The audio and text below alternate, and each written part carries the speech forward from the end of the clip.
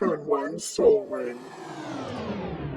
Is Flatlanders, is that a beer? No, Flatlanders is like a convention where they do like beer tastings and Oh, okay. all this kind of other tasting. Like I've been to a beer one they've done before. Just like they hold it at a convention center. Okay. A bunch of things there and stuff. So it's like called the Flatlanders Festival, I think. Cool. Yeah. And that's different from the beer festival that they do? No, like the Flatlanders Festival is like what their name is, and so they do a beer one. I see. Yeah. Okay, because they And do I the think wine they've- fest there. Yeah, They should do a that's the- cocktail fest, but I guess people would get way too wasted if they did that. I think so. People get pretty wasted. I got pretty wasted at the wine fest, and I just did sparkling. Yeah, So, and I like how they even have like I think there's been some I go to like they have the buckets there to like spit, but spit if you want to. sure. I'm not going to judge you. That's what the bucket's there for. Yeah, I think I've also went to like they've done a rum one before, so I went to that before. Also spit if you want to. Yeah, if you want. Yeah, Right. There were that one compared to the beer one. There was a lot of slosh people. Yeah, of course. Yeah, of course.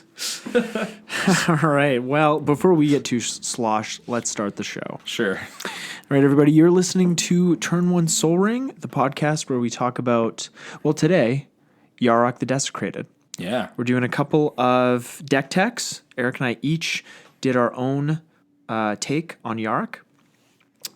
Just seems like a really fun new creature, and M20 is just still. It's not. When did M20 come out? It came out just a few weeks ago. It's still it's pretty still much... fresh. It's fresh. I'm gonna say it's fresh. It's fresh. It's fresh. Yeah, so M20 is still very much in the front of everyone's mind. Everyone's still drafting it. But before we get to that, there is something else on players' minds, and that's those Brawl decks that were announced this week. Brawl decks, Eldraine stuff. Yes, And those... that collector's booster. That's right, those collectors, that collector's booster. But yeah, they're making pre-con Brawl decks, so they're really trying to push Brawl, which is fine. I mean, I the thing about Brawl is what I've always had an issue with is it's making cards that are already expensive because of Standard more expensive.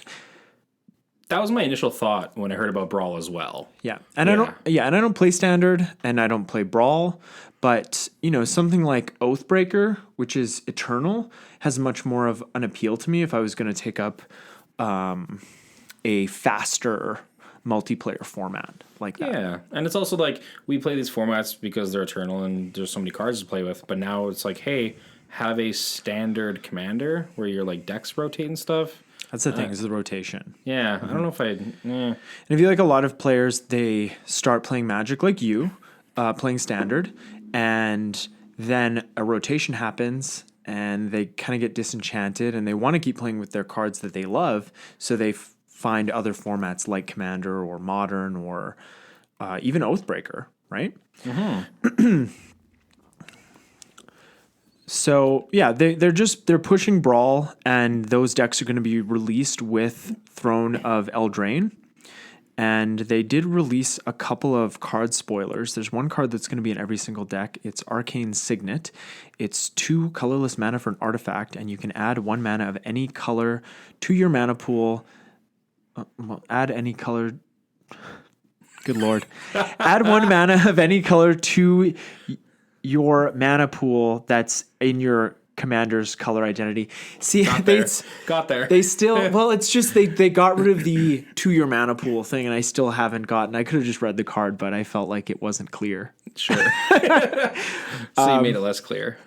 I made it worse. Yeah, I made it a lot worse. But this is an awesome card, and this is a card that's going to be in. I hope it's in the C19. I hope that too. Precons, because this card Instant inclusion. and it's going to be pricey if it's only in. It's still going to be pricey even if it's also in the C19 decks. Because look at Soul Ring, because this is probably the best 2 mana rock unless we're talking about Grim Monolith. Yeah. So, and they're not putting those in precons. No, I don't think so. It would also be another kind of like tick off if they didn't put this card into the Commander precons, because then it's like, oh, you have to buy the Brawl deck to get this. I wonder if they would do that. Yeah, that'd be a real just. Ugh. And the thing about these, like the commander decks, is if last year showed us anything, it's that they don't want to put good reprints in. Yeah. So if you're not going to put good reprints in, put good new cards in. New cards. I feel like they know that the price would go too high. Like they would have to put this card in the C19 as well. Mm-hmm. Yeah, this and Soul Ring, I just think are Yeah. auto includes. Like even in a 2-color deck, Yeah. this is better than a Talisman Yeah. Yeah. or a Signet because It's still it just just taps for what you need. what you need. So yeah, I think it's really cool. Not crazy about the art, but that's fine. I think you could have just done the Signet without the hand. But Yeah. I'm not a hand guy, so All right. whatever blows your hair back. Yeah. And we also have the Legend, which is, what is it? Chulane, Teller of Tales. I'm probably too close to the mic. He's a 2/4 for a legendary creature, human druid. He has vigilance. Whenever you cast a creature spell, draw a card. That's good. Then you may put a land card from your hand onto the battlefield.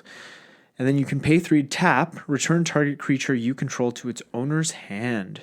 So I this, like how this card just like keeps going. yeah, he's just got everything. Yeah. It's like cast creature, draw a card. Cool, that's the thing we've had before. And then it's like put a land on the battlefield. Oh, that's some extra value. It's like, oh yeah, and you get this ability you can do too. You're like, whoa. This card says like this is great for new players. Yeah. Whether it's Commander or Brawl or Oathbreaker, this card is just fantastic because it's all value. This card is this commander is going to see a ton of play. I think so too. Yeah, just like so much value. Yeah, I don't know if I'd build around it just because I think it will be so popular. Yeah. But it's just a great card. And I like when they do things like this for new players where they're just like, hey, come play this fun game. And then they go and play Commander and, they play against some spikes and they realize how. Well, with this, they're going to be playing Brawl though. Yeah. Right. Sorry. My mistake. Yes. Just play Brawl. Yeah. Yeah. They're still trying to make that happen. Yeah, this is a. But if people buy the precons and it's successful, great. Sure. It's just what I can't get past is the rotation. Yeah.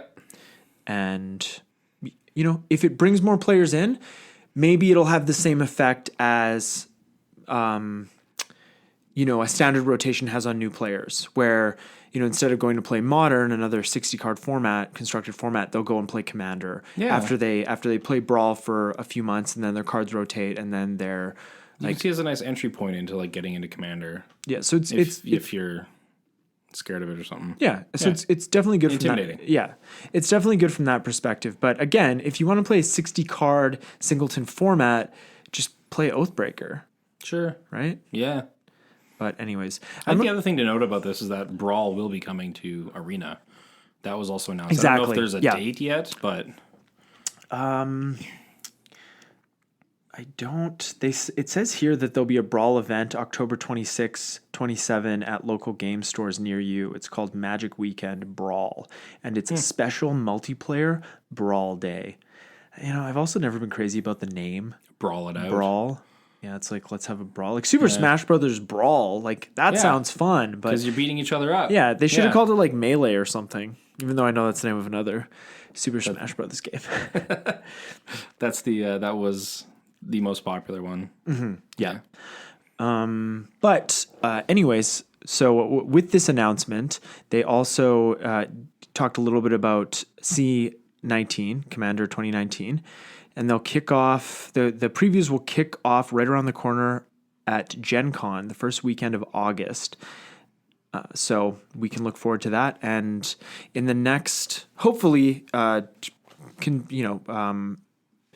previews allowing, we'll be talking about that in the next couple episodes. Yeah, hopefully if they say like, next week, like we'll be getting those right around the corner actually. And yeah, and we can get, exciting and stuff. and Eric and I have a Commander League with a couple of other friends where we have like a point system and we play for packs and we're allowed to make certain upgrades to our decks over the course of the league. So that's something that we'll be talking about in the near future, and we'll be giving you updates on it. Whatever decks Eric and I win, because we do a draft to determine who gets which decks, like choosing order. So we'll be talking about that as well. So if that's something that you guys are interested in, it would be fun to do that yourselves. So we can definitely release the our point system. Oh, we can just like show up the tallies and stuff and see where people are too. Yeah, exactly. Yeah. yeah. Follow along. Yeah, it's just a fun thing to do with the new decks because we play with them once out of the box, but after that it kind of gets a little stale and the decks aren't as fast, aren't as tuned as we like to play with. So Yeah, like with our C18, I think our first round was I was about a 3.5 plus game. Yeah, oh. And I was knocked out first, then you were knocked out. Yeah. And then it was Trevor and Riley. And Trevor ended up winning because he had Aminato and Ultimate. he ultimate and switched, and Riley had a better board, so I think Trevor could swing in for lethal. I wasn't really paying attention at that point. But, That's the gist of it. Yeah, I that's the think. gist of it. And just like so many board wipes. And, we've probably said this before that Planeswalker commanders tend to have an effect on the game that makes the game take longer because the damage you're throwing at them isn't being thrown at opponents. Yeah, so it's just like it's padding people's life totals and stuff because you keep playing your obviously commander because they do stuff for you too. And I don't want so and so's commander to ultimate. We got to focus on attacking it. But Yeah. we won't kill it. So don't make them feel bad. but this year, I don't think they're going to do that again. No, Doing Planeswalker commanders. We've had a lot of Planeswalker stuff this year, so I think we can. I'm good with not getting more. Yeah, Yeah. it's a bunch. Maybe just one, but I am very excited because they did release. Speaking of continuing to talk about C19, they did. There was a bit of a spoil about the mechanics that Right, each deck yeah. is going to be centered around. It's populate, flashback, madness, and morph is the Yeah, fourth morph. one. So hearing those various mechanics kind of seems like flashback would be the most powerful, but morph could be very, very powerful as well with the right commander. Yeah, I'll see what they end up doing. Mm-hmm. I also really like the madness could be really good. Madness could be fast. Yeah, Yeah. get that aggro in there. Yeah, but it's always so exciting to think about what they're going to do, what the color combinations are going to be, what the new cards are going to be, and also the reprints, right? I hope that based on our reception of the decks last year that they'll put in a few better reprints. I'm not saying put in, like an Oracle of Moldiah card into each deck, like multiples into each deck, but like one card that's like has like a $40 price tag. Just kind of something so that because the decks are always more valuable if you bought the singles than if you just bought the pre-con at release. Yeah, so give us some like really nice card in each one. Yeah, just one card. Yeah. And then that's good for players in the secondary market because then those cards are reduced in value. I think that's always a good thing if they want to get new players in. Yeah, always. Yeah, like Oracle Moldiah, so at like 40, 50 Canadian. It's up there. Yeah, I bought one. Well, I bought one last year when we were doing our league, and I bought it for about 35 last December or January. So it's probably climbed back up. And I don't know why it would be cheaper. It hasn't had a reprint since Zendikar. Yeah, no, I think it's just still going up slowly. Yeah. Yeah. So that's sort of new and noteworthy in the world of Magic. But let's get to the decks. So Eric and I both took a stab at this, and I did a lands deck. I did a Yarok lands deck, and Eric, you did a... I just went more for ETB values. Right, So yeah. Panharmonicon being one of my more favorite cards. And is Panharmonicon, if you have that on the battlefield, does the ETB trigger 4 times? No. Just 3. Yeah, so it'll trigger... Like the creature will trigger, and then Yarock will make a trigger, and then Panharmonicon will make a trigger. Okay, yeah, that Yeah. makes sense. So they're each making it trigger a second time. Yeah. Okay, that makes sense. Not 4, that'd be too good. Maybe, yeah, we're getting... But it is a lot of mana to play them out on the same turn and then be able to play Totally. a card. But it is Commander, the format of big mana. Yeah. So let's start off with like the goal of the decks. What is the goal of your deck, Eric? Like how do we win? Sure. Also, we're not going to go into detail about like every card, but let's spotlight Yarock here a little bit. Oh yeah. Yeah. Let's which is funny because I think I was listening to the Niv Mizzet episode, Yeah. and I don't think we actually said we read what Niv Mizzet does, which is funny. Yeah. This time we got it. Yeah, we got it. We're learning. So Yarok the Desecrated. He's an elemental horror. Costs 2 of anything, a black, a green, and a blue. So we're in these Sultai colors. He's a 3/5. He also has Death Touch and Lifelink, which is pretty sweet. Yeah, they really didn't need to throw that on there, but They didn't, it's but nice. yeah. And then, so if a permanent entering the battlefield causes a triggered ability of a permanent you control to trigger, that ability triggers an additional time. So the easiest way to do this is like an ETB trigger, because once the creature enters the battlefield, it kind of procs Yarock to happen.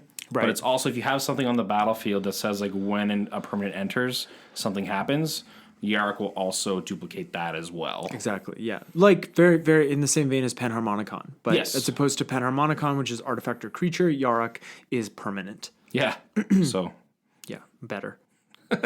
Strictly better. Strictly But- better. but a little bit easier to remove, as it's a creature. sure, yeah. Well, Panharmonicon's an artifact. Yeah, but it's just like there are more board wipes and board stuff, wipes yeah. that are tailored to removing creatures. Yes. All right. So, as I touched on, my deck, Yarock, or Yarockamonicon, just Yeah, combine I it all like that. together. I like that name on Deckstats. I That's good. did, yeah. I do have to say that like Seth or Saffron Olive like did that first. Took Okay. that. I saw that name and I was like, I like that name too, though. I got to do it as you're typing it in. Yeah. And we'll post both these decks, the links to them in the show notes, so you Yeah. guys can check them out and build them if you want. And just See them in detail Yeah, and- before we get too into them, mine is a little bit cheaper if you want to go to the lands, Oh, I see. which is unusual for a lands deck because lands can be so expensive. Yeah. but I didn't do like Go 2 balls to I the didn't wall. I like- didn't do any of the OP fetches. Sure, I yeah. just did like the poor man's fetches. Yeah. All right. So the deck is basically based on trying to popularize on ETB triggers. Yeah, you're on your way to Value Town. Yeah. And all these cards in the deck are just propelling you there. That's Pretty all much. you're doing. You want to be the mayor of Value Town, Yep. and you don't ever want to leave. Never. You want to be like a senator. You're appointed for life. And so, of course, with the colors we have, the deck does have some ramp since we're in green. Oh, and then decent removal as well, being with the black as well. So there's some things that like keep it all together, but you're basically trying to ramp, get those ETB triggers happening, and just get a lot of value from your creatures entering the battlefield. Yeah, and you do have a Crater Hoof, so that's a great way to win Yeah, totally. when you just have a mass of creatures Creatures. on board. Yeah. Yeah, definitely. And Torment of Hailfire. That's also Yeah. a great way to win. Love that good. card. Just some win con cards in there. You always need some of those. Definitely. Totally agree. Yeah. And then like some Value Town stuff. Like Muldrotha is great. 'cause Oh, you can just definitely. keep playing cards of the graveyard and stuff. So. For sure. Yeah. But yeah, that's just touching on that a little bit. How does your lands deck try to...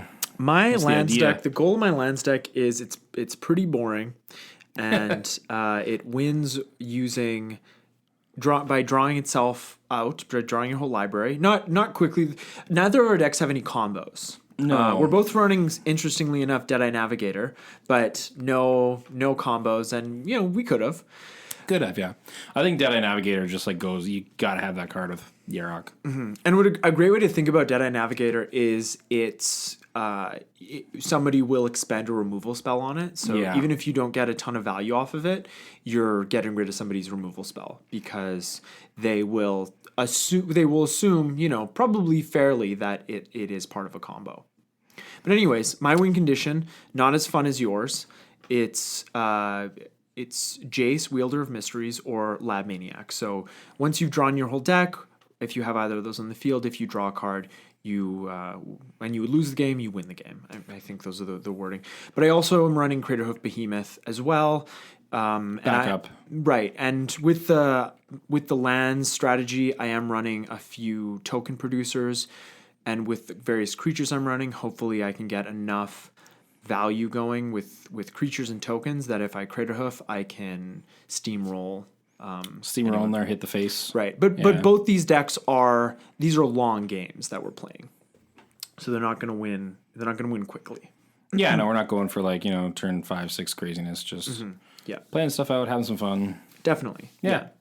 But nobody likes to lose to a lab man, so I feel like the way that you're winning is fun, and the way that I'm winning is just the way that I like to win.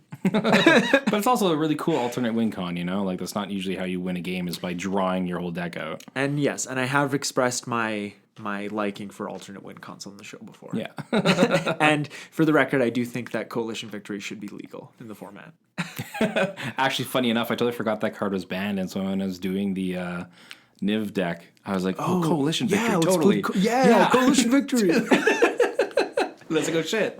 It's banned. We should start doing that, putting cards in our deck techs, and then so we can get comments that where people are like, oh, that's bad. That's banned. You can't do that. Yeah. Oh, and speaking of which, we did get a comment from a listener on our Color Pie series. Oh, cool.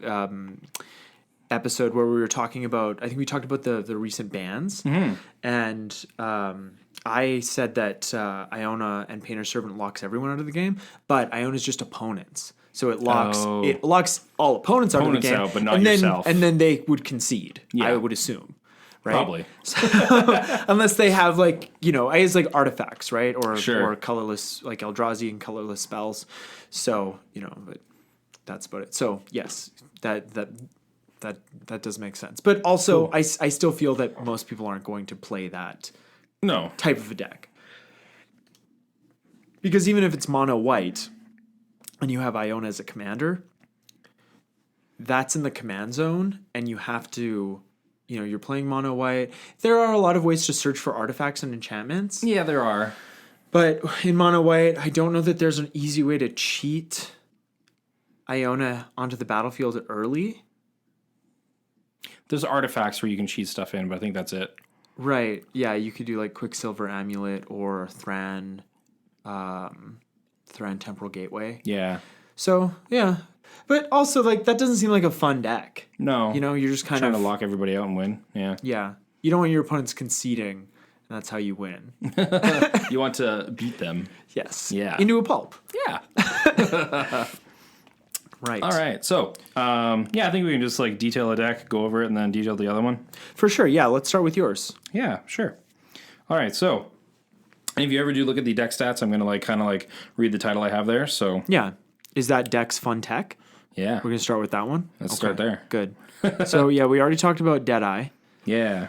And then we have 3 cards in here that kind of do the same thing. One of them is a little limited, but there's Leyline of Anticipation, Vidalcan Orrery, and then Yeva, Nature's Herald. So Yev is the limited one because you may cast green creature spells as though they had flash. Yeah. Instead of Vidalcan and Anticipation, where you can just cast everything. So lots of fun flash shenanigans there. So just being able to play at the last possible time for whatever value, I think is always really fun to do. So absolutely keeps everyone on their toes. Yeah. And then so there is there's more green creatures than the other colors in this deck. And of course, if your creature is blue-green, it's still green. So you can still cast it with Yeva. Yeah, my deck is also predominantly green. Yeah, so Yeva works pretty well. There's only a few of the creatures that you can't cast. But you can even cast Yarock. Yeah. Which is always fun. Yeah, totally. And then so on top of that, there's a little bit of a fun card, Loaming Shaman. So when Loaming Shaman enters the battlefield, target player shuffles any number of target cards from their graveyard into their library. I love Loaming Shaman. Really cool card. Really and good. So obviously with Yarock out there, you get 2 triggers off of this. But the nice part about casting Loaming Shaman at instant speed is that if somebody tries to wipe your graveyard, you can actually cast Loaming Shaman in response and save your graveyard into your library. Yeah, very good. Yeah. And then, of course, Loaming Shaman is really cool because then if you target somebody, you get to choose if you want them to put their whole graveyard into their library or whatever. They have to. Right. A graveyard deck, you could really hamstring them. Yeah, so you can save your own graveyard awesome. or do it the opposite and just get someone's graveyard out of there. Or do somebody a favor. Yeah. Yeah. Very yeah. good. So lots of tech there with that card. Pretty Yeah, cool. But really cool. I thought of just like, there's not many ways I don't think to like save your graveyard. So No, there's not. And at instant speed, and it's funny because I run both Yeva and Lemming Shaman in Yisan, and I've never had the opportunity to do that. Pull that off, yeah. It's really that's really good. I like that a lot. cool. And then the other one, we've obviously talked about Panharmonicon already. Oh yeah, So just duplicating more of our ETB triggers. Yeah. very good card. So of course, since it's an ETB deck, we want our creatures entering the battlefield to do stuff. So that's what this next place is called.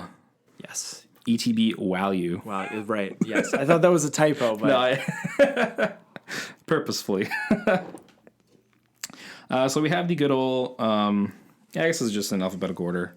We do have Acidic Slime just for removal. Gets lands, artifacts, and stuff like that. There is also a Wreck Sage in here as well for the artifacts or enchantments. yeah, and with Yarock you can get 2. Exactly. So those are great cards for that. And Duplicant's also a removal spell. Yeah. And it exiles creatures. Which is awesome. I love that. And it's cool because you can duplicate the ability, and then so whichever one it exiles last will be what it copies. Right. For the power toughness. If you so choose. If you so choose. Yeah. And if it's a creature. But no, Duplicant... you always have to exile a non-token creature, so... Right. Yeah. Okay. But for 6 mana, exiling 2 or even 3 things, that's pretty sweet. Also, like in decks that have difficulty exiling creatures specifically or removing creatures like green or red. Yeah. I mean, red can get rid of creatures, but it's usually with direct damage. Exactly. So Duplicant is really a really good card in those decks, or like colorless decks or mono blue decks, right? Duplicant is a really, I think, kind of an underrated card. Yeah. For that kind of thing. It's 6 mana, but it exiles. It's a permanent removal. It's just, I love Duplicant. And I too. never see it. Yeah, I do like Duplicant a lot. Try and get it in my decks. Oh, yeah. We also talked about Crater Hoof. Just getting there. You also get the trigger doubled with Yarock. Exactly. And in the same vein, you also have God Eternal Ronus, which has a similar effect and also doubles if you have Yarock. Yeah, all these things, we're probably going to be saying that a lot, but yeah, all these things double. Yeah. Yeah, you get the double from God Ronus since it just has a doubles power. Like when you go to Tim Hortons and get a coffee, you get a double. Yeah. That's God Ronus. I get about like 8 creams. That's my coffee.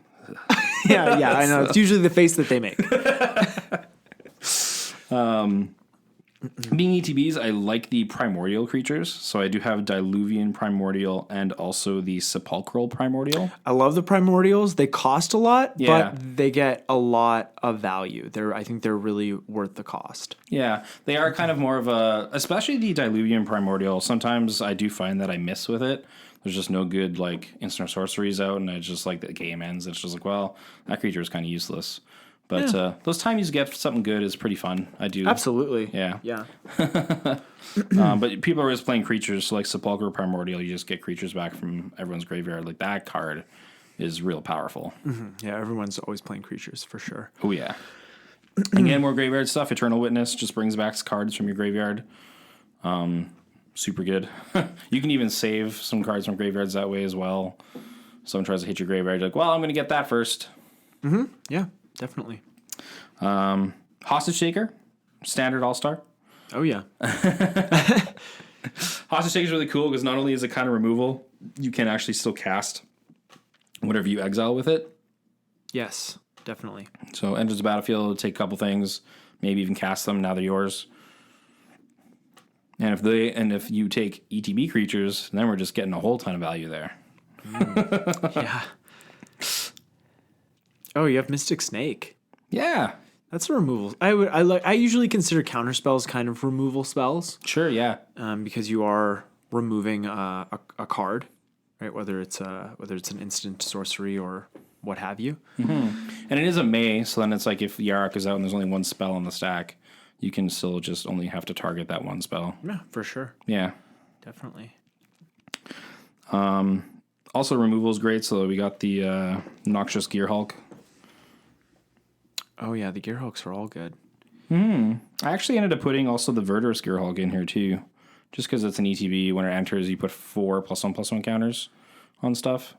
Yeah, and like that's good because this deck is a slow grind. Yeah. Yeah. So just making some things bigger. Mm-hmm. We have the Muldrifter in there for some card draw. That's a great card. And then Phyrexian Delver, again, more graveyard stuff. Take stuff out of the graveyard. What is the average CMC of this deck? 4.28. 4.2, yeah. That's high. It was like, so when I had initially built it, it was around like 3 point something. Yeah, the original build of this was lower than mine. Yeah. Mine's still pretty high. Mine's 3.97, so mine's still a little bit. Yeah, I think mine was like 3.5 or 3.6 when I initially did it. Yeah. But then I took out some stuff. I was like, I'm just throwing some more fun cards in here. Yeah, of course. Yeah, we're here to have fun.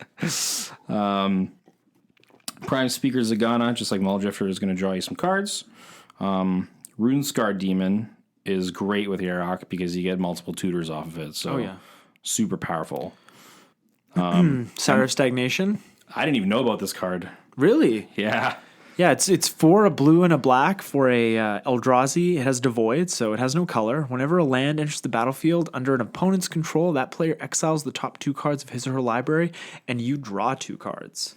So not only can you get some like accidental value of like exiling your opponent's library, you draw cards off it too. Mm-hmm. Yeah.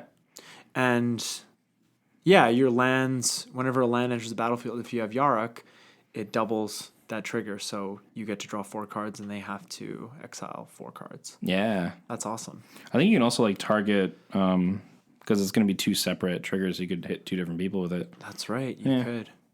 Spread it around. Make 2 people mad. Yeah. Yeah. Or you can make one person really mad. I think that's probably a better political move. Just make one person mad. You think so? I think so, yeah. Instead of hitting 2 people? Because then it's not as much, though. But I'd rather have one enemy to deal with than 2 enemies, because the 2 enemies are going to have more resources than a single enemy. Than a single? Yeah. And maybe they won't be mad at you for it because you just want to draw cards. Maybe. I think you're still going to be a little bit mad. And one enemy, if you make them very mad, they're going to make very emotional, irrational decisions. Right. And that can be beneficial to you. So the best thing to do is to make one person very mad instead of spreading out the anger, I think. So multiple triggers, all going to the same person. And then again, more card draw with Soul of the Harvest. Oh yeah, Soul of the Harvest. You also have Sower of Temptation, steal 2 creatures. Yeah. Venser for bouncing stuff. Yeah, that's I think Venser's a removal spell. Yeah, totally. Especially because he can hit stuff on the stack too. He's so good. So good. any card that says like return or exile a spell is just very powerful. Very, very, yeah. And then we have the Woodfall Primus, which is more removal, just like the Noxious Gearhulk. Enters, destroy a permanent. Mm-hmm. It does have Persist too, which is kind of nice. Yeah, absolutely. Yeah.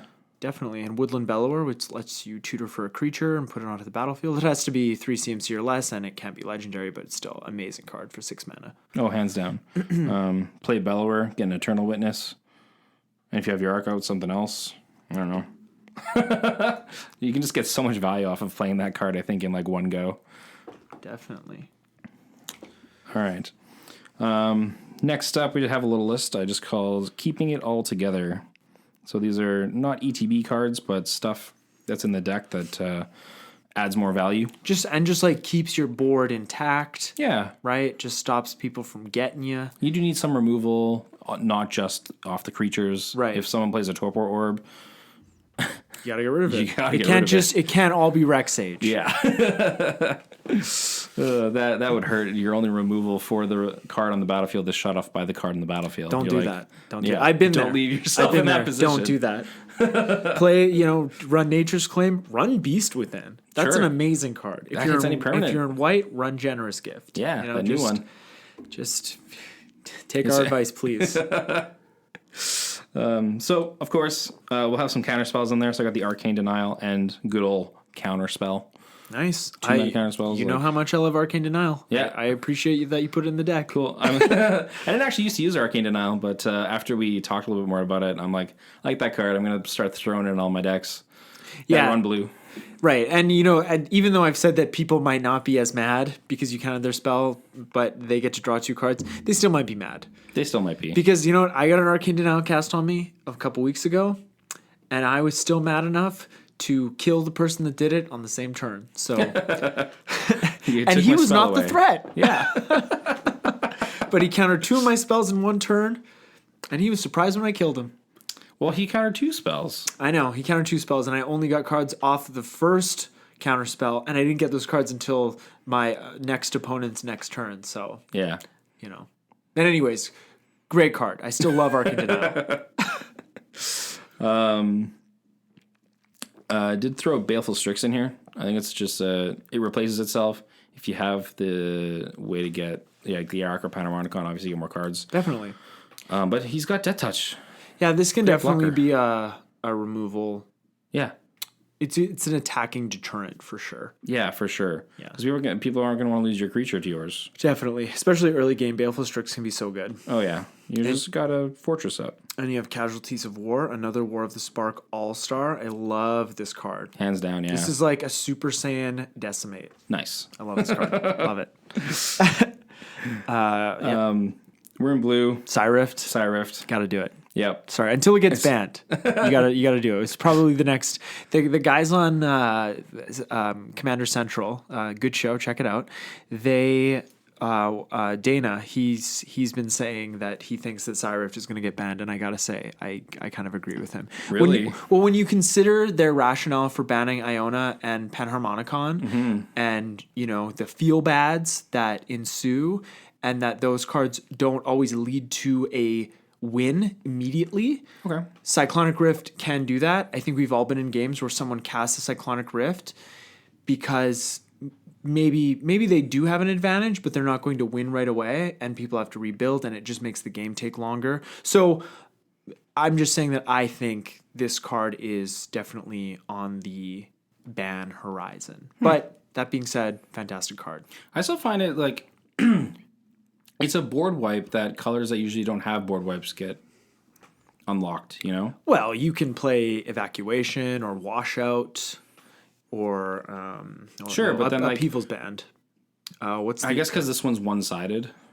Yeah, one-sided board wipes are amazing. Yeah. Of course. No. That's why people hate it. No arguments here. Because then Black Saw has one-sided board wipes as well. Like, Yeah, no, you're absolutely right. But there's something about Cyclonic Rift. I think it just has that like. it's name because that, like, it's people hate instant it. speed. Yeah. That's what makes it so backbreaking. People like just like swing out for a long attack, and you're like Cyrift, haha. Or I'm gonna cast this on the end step before my turn. Yeah. Right? You can't do that with Ingarrick's Wake or Plague Wind. No, so you get to rebuild first. Yeah, and even White has one-sided board wipes in terms of like Dusk Dawn or Fell the Mighty, Yeah. right? If you're playing like a Weenie deck or an Arcades deck.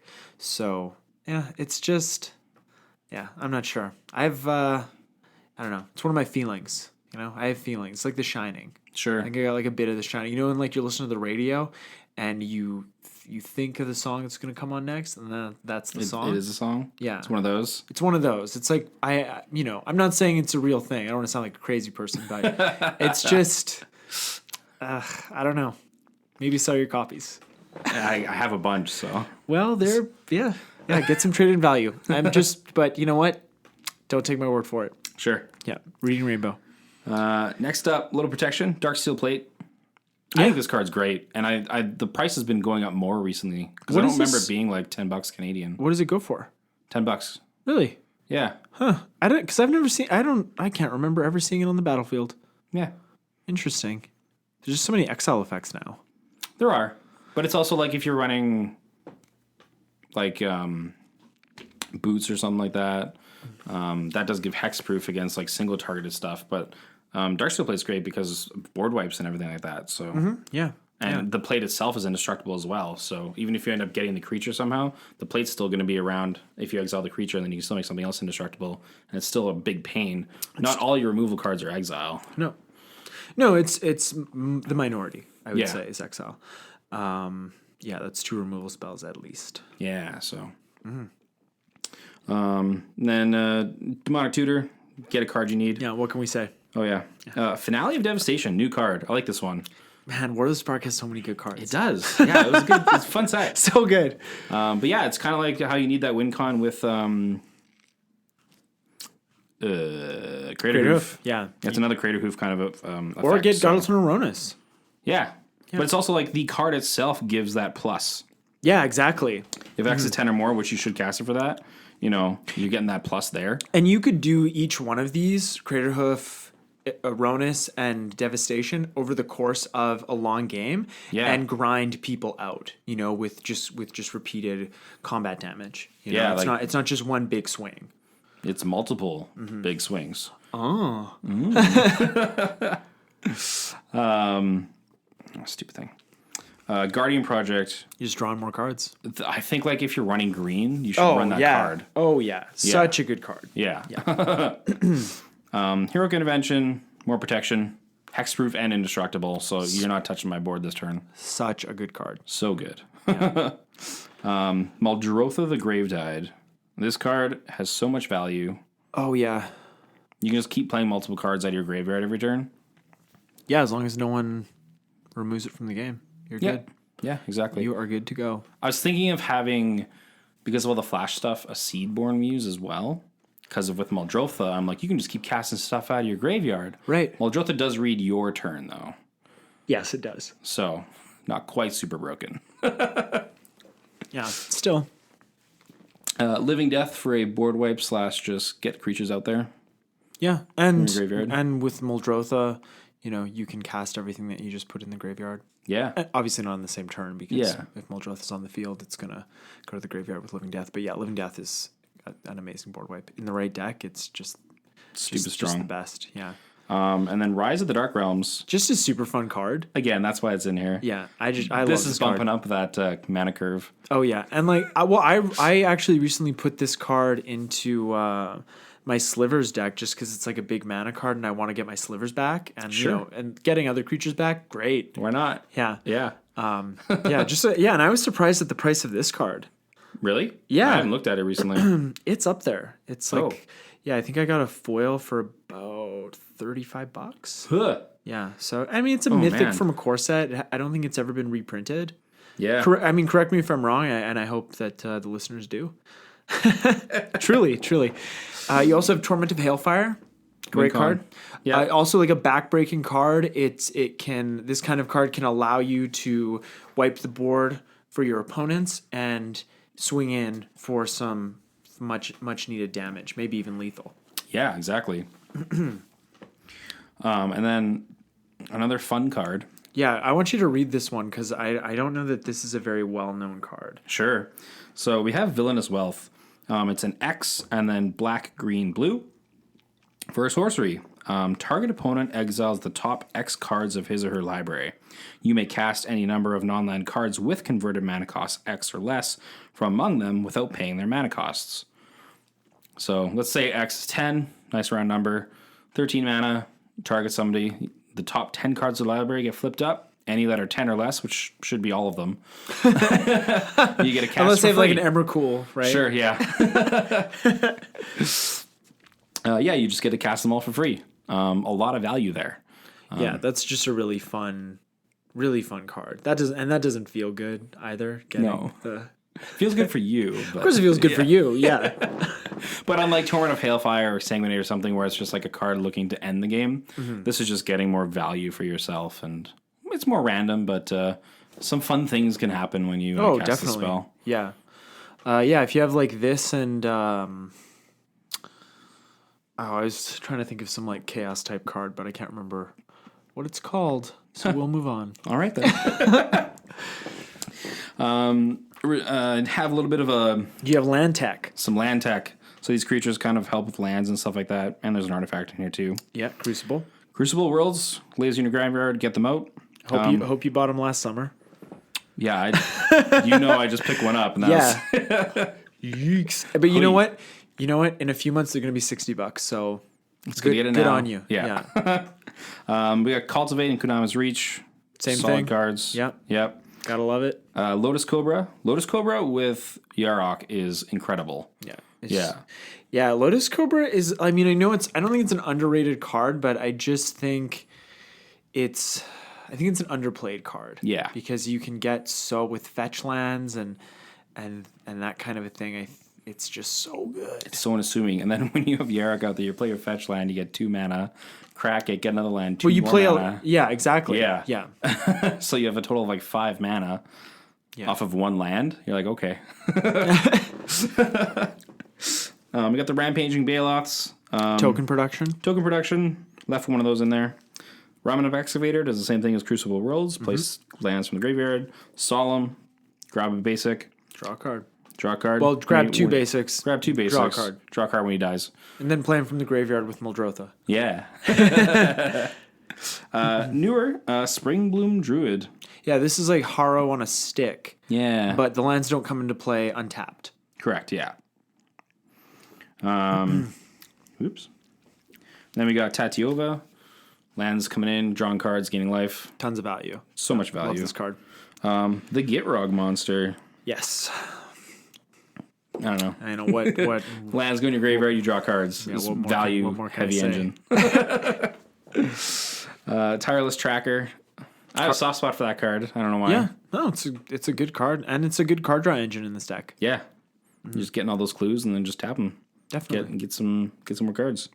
Yeah. Ulvenwald Hydra. I like this card a lot. Because you get any land. Any land. It's so good. And it doesn't come into play. It does come into play tapped, but still, it doesn't matter. It's any land. Yeah, but it has reach, and its power toughness are equal to the number of lands you control.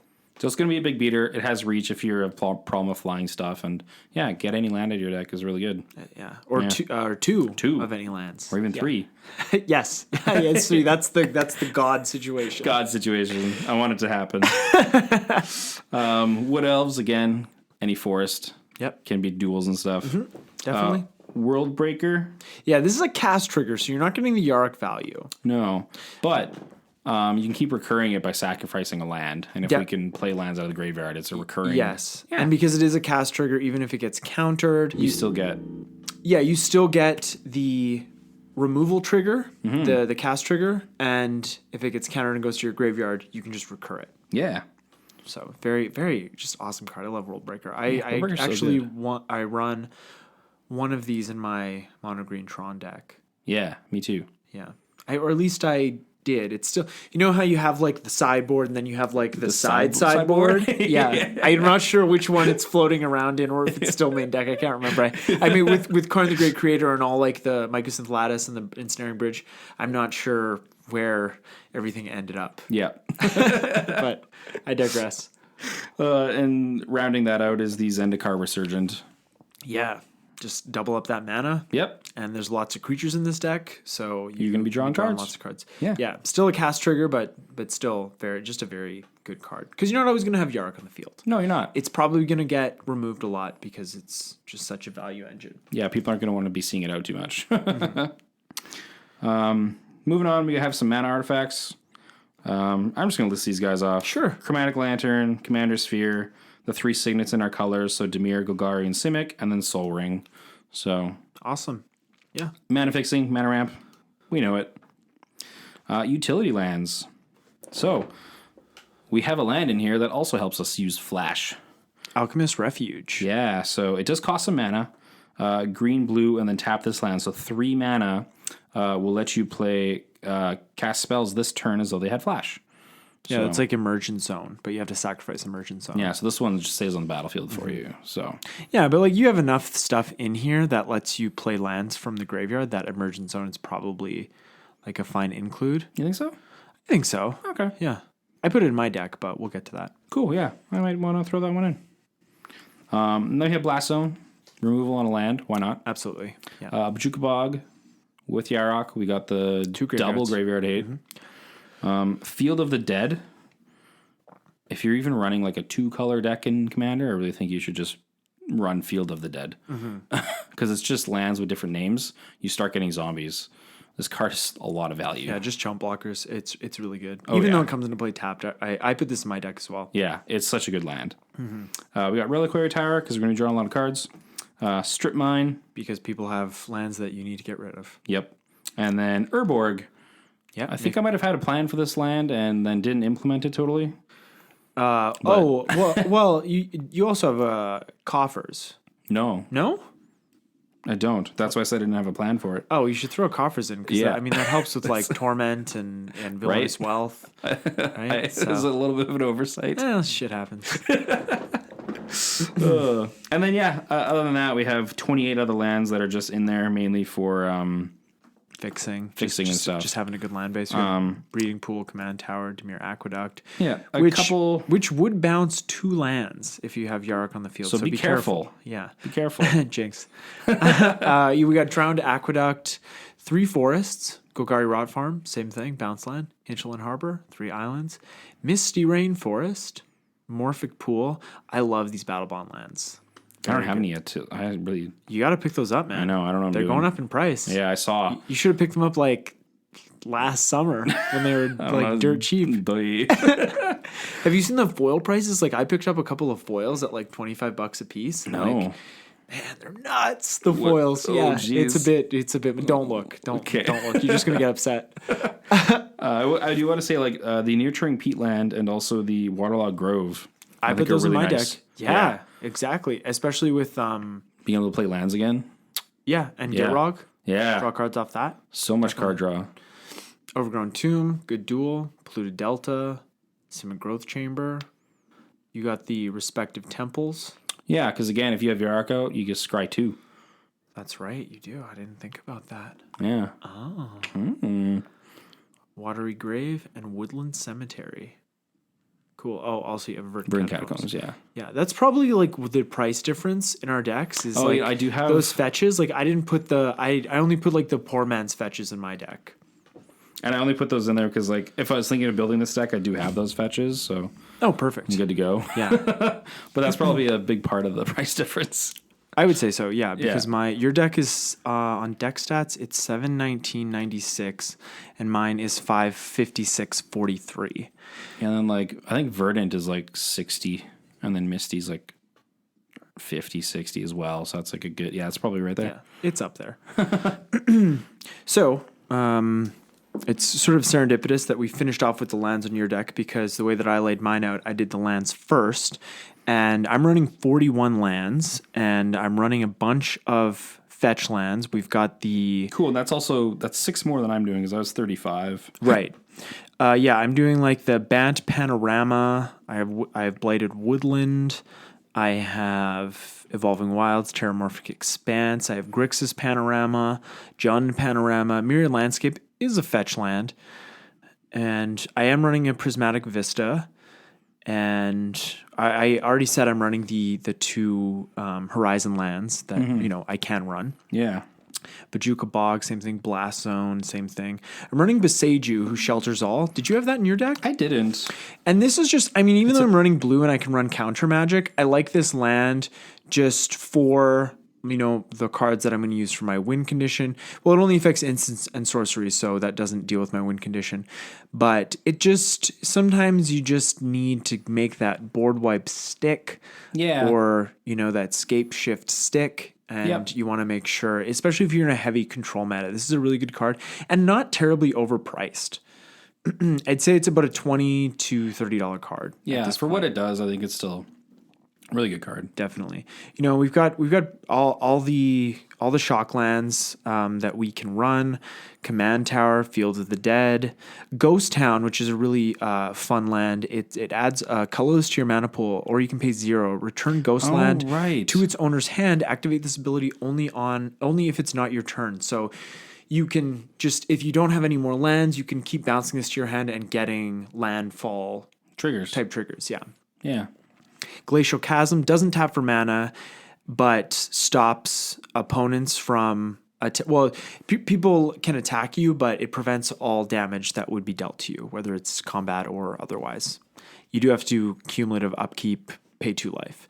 But with because it's a lands deck, I can sacrifice it and then play it for my graveyard, so I can get around that cumulative upkeep relatively easily. Totally. We have Haunted Fengraf. We're not running a huge amount of creatures in this deck, so Haunted Fengraf is good because the randomness can be sort of mitigated. Yeah. Because we have so few creatures, because it's just, you can tap it for a colorless, or you can pay 3, tap it, sacrifice Haunted Fengraf, return a creature card at random from your graveyard to your hand. We got 10 forests, 4 islands, 3 swamps. Maze of Ith doesn't tap for mana, but gets around those pesky Voltron strategies as long as they're running a creature without hexproof or shroud. Reliquary Tower, and because this deck is going to try to win by drawing a ton of cards, we don't want to have to discard any. Strip Mine. Come on. Gotta have it. The next thing, the next topic is... I just want to say also, just Sure, counting, yeah. it looks like you have 8 fetch lands in here, so... Right, yes. And being able to replay those and fetch again. Yeah. Mm-hmm. And with the amount of basics, I have 17 basics, so, I think it should still be pretty good. You're getting all those landfall triggers. Like, instead of just having to wait for your lands, you're getting 2 pretty much triggers off of every single one land. yeah, and the deck is trying to draw itself out, so by thinning it out by getting all those lands, it's, that's the idea. Yeah, and get rid of those lands, you're going to be drawing your gas. Yeah. And I did do kind of a group hug. There's a portion of the next topic we're going to talk about is ramp, and I did do kind of a group hug part of the ramp. So some of the ramp is almost completely in the form of creatures, and entering the battlefield, but we're also allowing opponents to search their libraries with these creatures. So we've got Avatar of Growth, which is probably maybe a slightly less well-known cards. It's from the, I think the product was called Game Night. I think it was Game Night because the Command Zone podcast has Game Nights, but it's like KNITH. Yeah, and it's like there was just like GHT. 5 monocolored decks, right? Right. Yeah. But this is the green one. It's this spell costs 1 less to cast for each opponent you have. It has trample. When Avatar of Growth enters the battlefield, each player searches their library for up to 2 basic land cards, puts them onto the battlefield, then shuffles their library. So if you have Yarock, it's 4. And this is just, I think people will maybe less inclined to try and kill you if You're giving them lands. You're giving them lands, Yeah. definitely. I like that. Cool. We have Borderland Explorer, which is when Borderland Explorer enters the battlefield, each player may discard a card. Each player who discarded a card this way may search their library for a basic land card, reveal it, and put it into their hand, then shuffle their library. Cavalier of Thorns, Oh, yeah. sort of a similar thing. Clear the Land, which is an old card from Mercadian Mask. I haven't heard of this one. Yeah, I hadn't either, actually. Each player reveals the top 5 cards of his or her library, put all cards revealed this way onto the battlefield tapped, and exile the rest. So I actually found this card when I was doing research, building my Tatiova deck, because, I'm running 60 lands, so it's much more likely that I'll hit 5 lands off of this. That's cool. Coiling Oracle, great ATB trigger. Farhaven Elf, same thing. Fertilid, not an ETB trigger, but you can target a player, so it sort of goes along with that group hug kind of strategy. Yeah. And it is the lands are entering the battlefield, so that's more what we're concerned about. Growth Spiral, playing multiple lands. Yeah, and then you also have like more cards. We have the Jungle Wayfinder, and also there was one more. Old Growth Dryads. Right, yeah. Right. Lotus Cobra, we discussed that. Oracle of Moldiah, we also talked about that a little bit at the beginning of the show. Good card. Yeah, just a good card, good lands card. Risen Reef, great new card. Whenever Risen Reef or another elemental enters the battlefield under your control, look at the top card of your library. If it's a land card, you may put it onto the battlefield tapped. If you don't put the card onto the battlefield, put it in your hand. So you're basically drawing cards, but if it's a land, it gets to go on the battlefield right away. The card is really powerful. And then you get landfall triggers. Yeah. Double landfall triggers if you have Yarock on the battlefield. Oh, man. All the value. I was wondering, and I was kind of looking, I think you had about like 11 or 12 elementals in here, so I think Risen Reef actually... I think we'll get... decent amount of value. Yeah, I totally agree. Yeah. Soul Ring, Yep. Spring Bloom Druid. As well. Talked about that. Good card. The Gitrog Monster. Did that. Wayward Swordtooth. So Wayward Swordtooth, I was surprised at the price. Oh, what is it?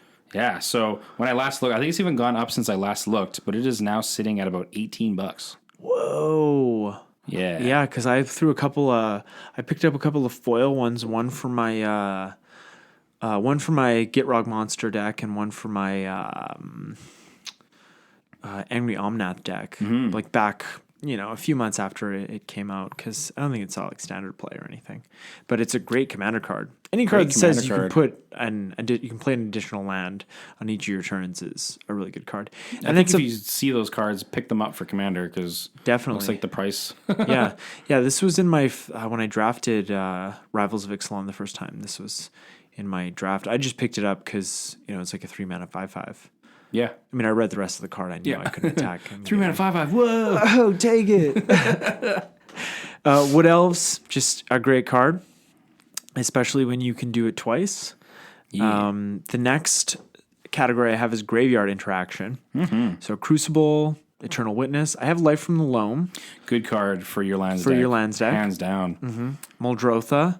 Yeah. Playing lands from the graveyard. Ramanap Excavator, just a Crucible on a stick. Splendid Reclamation, bringing all those lands back, getting all those triggers. Very good. World Shaper. World Shaper does the same thing, but what's great about World Shaper is whenever World Shaper attacks, you may put the top 3 cards of your library into your graveyard, getting more lands into the graveyard triggers. And we do have a couple of cards that are affected by that. One of them being Turntimber Sower. This is a card from Commander 18. Whenever one or more land cards are put into your graveyard from anywhere, create a 0/1 green plant creature token. Then you can pay 1 green, sacrifice 3 creatures, return target land card from your graveyard to your hand. So this card's kind of slow, but I found it's been very powerful because you don't just have to sacrifice the green plant creature tokens, you can sacrifice any creatures. Yeah, and I definitely saw like in our league, like that card actually it did work. Yeah.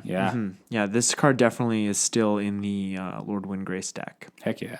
All right, so the next category I have is card draw. I have Courser of Krufix in here. I know it's not card draw, it's more card selection in a way. A little bit, but yeah, you can still like get through your deck. So yeah, so that's why it's in here. Guardian Project again. If you're running green, Guardian Project. Horn of Greed. I know some players want to sort of tend to steer away from cards that can help your opponents win the game.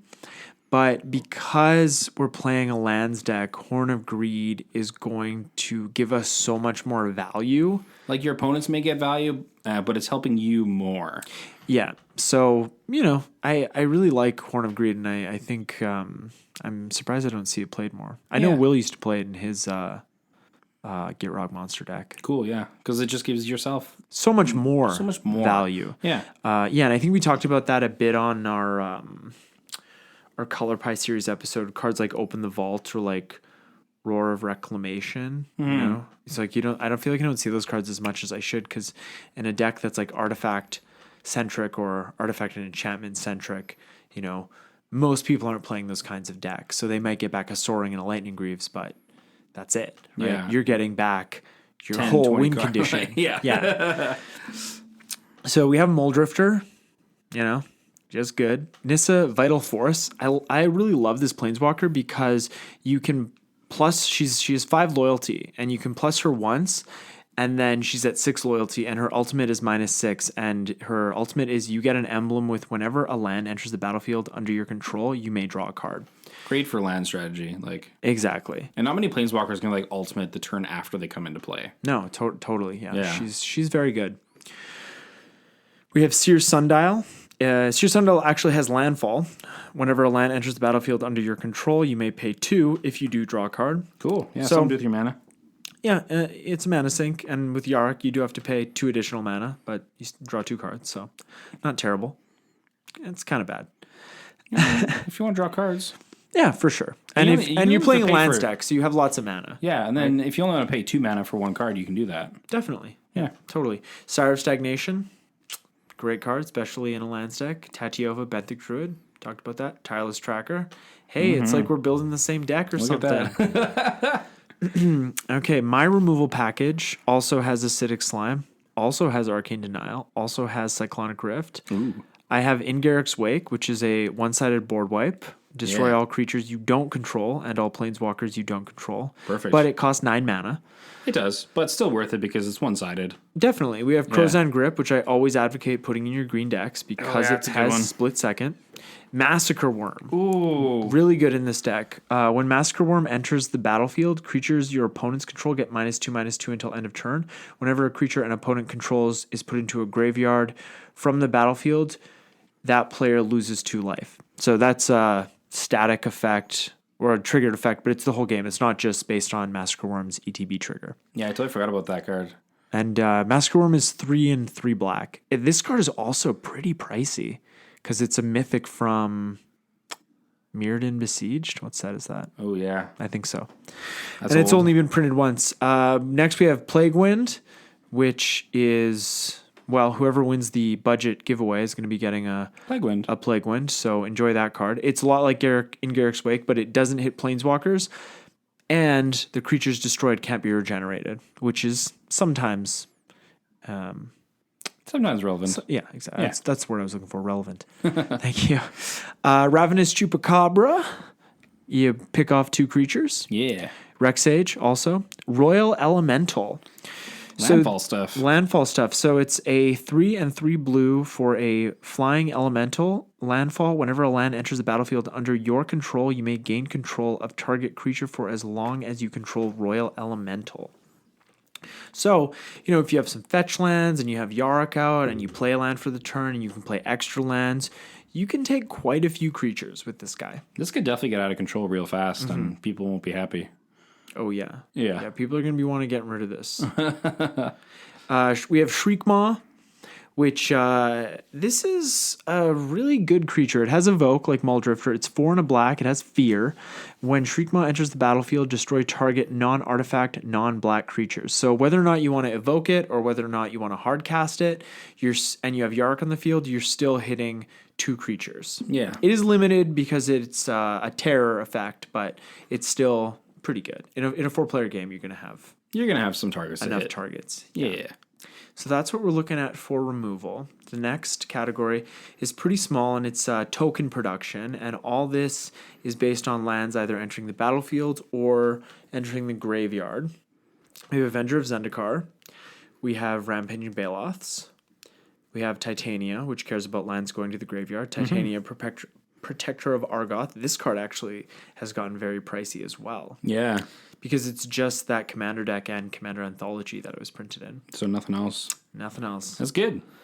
It is very good. What's interesting about those Commander decks is the cards that were printed in them are just as rare. Like, they put rarities on them, but they're no more rare. Like, the Mythic that's only been printed in that deck is no more rare than a common that's only been printed in that deck. You know what I mean? So, Yeah, 'cause sort of interesting. Putting how the that rarities on works. them in a commander deck. Yeah. Yeah. And I guess if they're going to reprint them in a supplemental set or something, Sure, that's when. then that's different. And Yeah. obviously the rarity does denote a card's power level. Yes. But it's just kind of interesting that like a mythic is just as rare as a common in that scenario. And last card that produces tokens is Zendikar's Royal. I like that card a lot, and it's just 1 less mana than a Rampaging Baloths. So I also have a tech card category. Yeah. I have Constant Mists. That's a good card. This is a really good card. It's 100 green for an instant, and it has buyback and sacrifice a land, prevent all combat damage that would be dealt this turn. So this card can really. I've had players concede when I've had a Constant Mists and a land strategy going because they're playing an aggro deck or they're playing a combat damage based deck and they just can't deal with it. Yep. Because you're gonna have this every single turn. Yeah, Yeah. This is a common from Stronghold. That's I think it's floating. I think it's at least $10. Ooh, Yeah, for a common. for a common, pauper legal.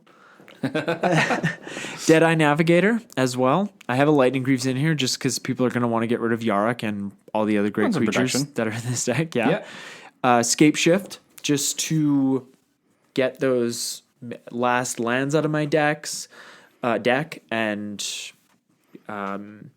just to get some lands that I need, get some landfall triggers whatever. This card can be incredibly versatile. I think in a lands deck, you should just have Scape Shift.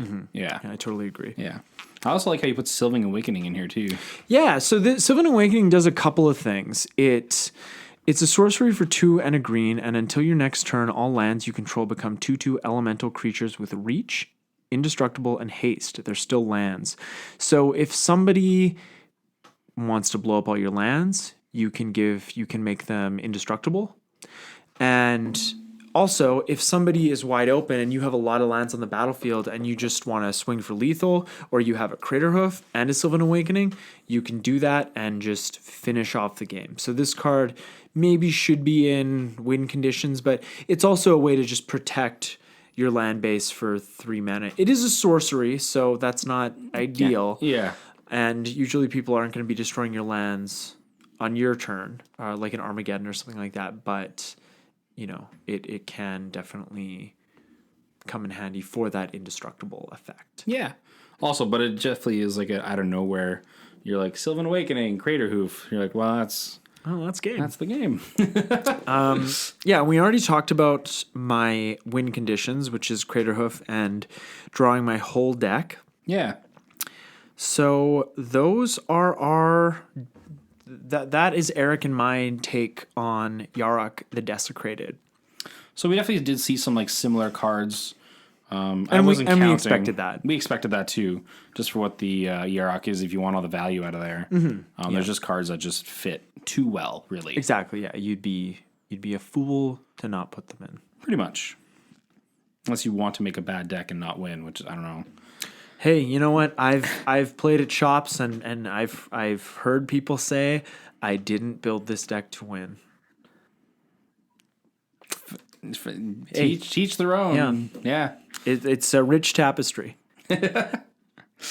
All right, everybody. Well, that's gonna do it for this deck tech. This was kind of a fun episode because we sort of inadvertently built 2 decks. Yeah. And we got to see what the other person did. And originally Eric had built more of a land strategy, and then he saw my deck and he said, that you're more of a Panharmonicon kind of guy, and you got to follow your heart. When it comes to brewing. Yeah. I think that I that's also the had never lesson made here. a lands deck before, so I was like, throw this together. I'm probably missing some pieces and stuff, and there was definitely a lot of cards I saw that you threw in yours. I was like, wow, those are really good land cards. So, and that's after I've built 3 lands decks, so I've done a lot of independent research. But just to make it more like diverse and have some cool ideas, I was like, you know what, I'm going to do my original Panharmonicon plan, and we got some interesting. And I feel like you in general build more, quote unquote fun decks than I build. Like I tend to build decks that just because I have the most fun winning. Yeah. I mean, I have fun like playing and having a good time and like palling around, but I also have fun winning. Yeah. But it's interesting because I've been playing that Zoncha deck that I built, and that deck does not like win, but it can create a situation where I can help other players win, and that's fun because I can sort of be like the Joker where I'm just watching the world burn, which is it might be more fun to me. Yeah. I actually really like that deck too. It seems fun to play. Yeah, it is. Well, like we said, next week we're going to be talking about the Commander 2019 decks. Hopefully we'll see how Maybe it not. goes. Yeah. If there's not enough spoilers by that time, I think we'll still kind of hold off a little bit. Yeah, we'll do something else. Yeah. Also, what giveaway are we doing right now? It's August is the budget giveaway. Okay. Yeah, which we're already in the process of doing. Yeah. Yeah. Cool. Okay. Yeah. So, other than that, I think that's everything that we have for you guys today. And if you want to find us on social media and ask us any questions, leave us any comments, tell us anything that we got wrong, you can find us at turn1soulring_the_podcast at gmail.com and on Instagram at turn1soulring_the_podcast. And you can follow me on Instagram at Command Beacon. I'm doing a deck tech on Brisella, Voice of Nightmares right now. I know she can't be the commander. Bruna is actually the commander, but it's a meld creature. It's a meld creature. They're both there. Yeah, we already talked about the budget giveaway. We're going to be announcing the winner of that on September 1st, and you can find the details for it on our Instagram page. And after that, we'll be starting our October giveaway, which we haven't decided what that's going to be yet. But by then, Eldraine Throne of Eldraine will have at least pre-release. Pre-release is, I think, September 28, 29. So maybe we'll do something with that. I think that's a good idea. Yeah, we'll see. And as always, you can find us on Apple Podcasts, Google Play, and SoundCloud. And I really should get us on like Spotify and Stitcher and all those ones, because I think a lot of people listen to podcasts on Spotify. So I'll do that, and I think it's free. So that is forthcoming. And YouTube is also forthcoming too. YouTube is also forthcoming. And that is Terminal Soaring _ the podcast on YouTube.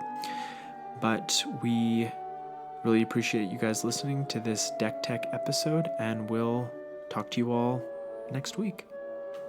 See you later. Show me your ETB. Go get them, Tigers. Turn 1 Soul Ring. Rare.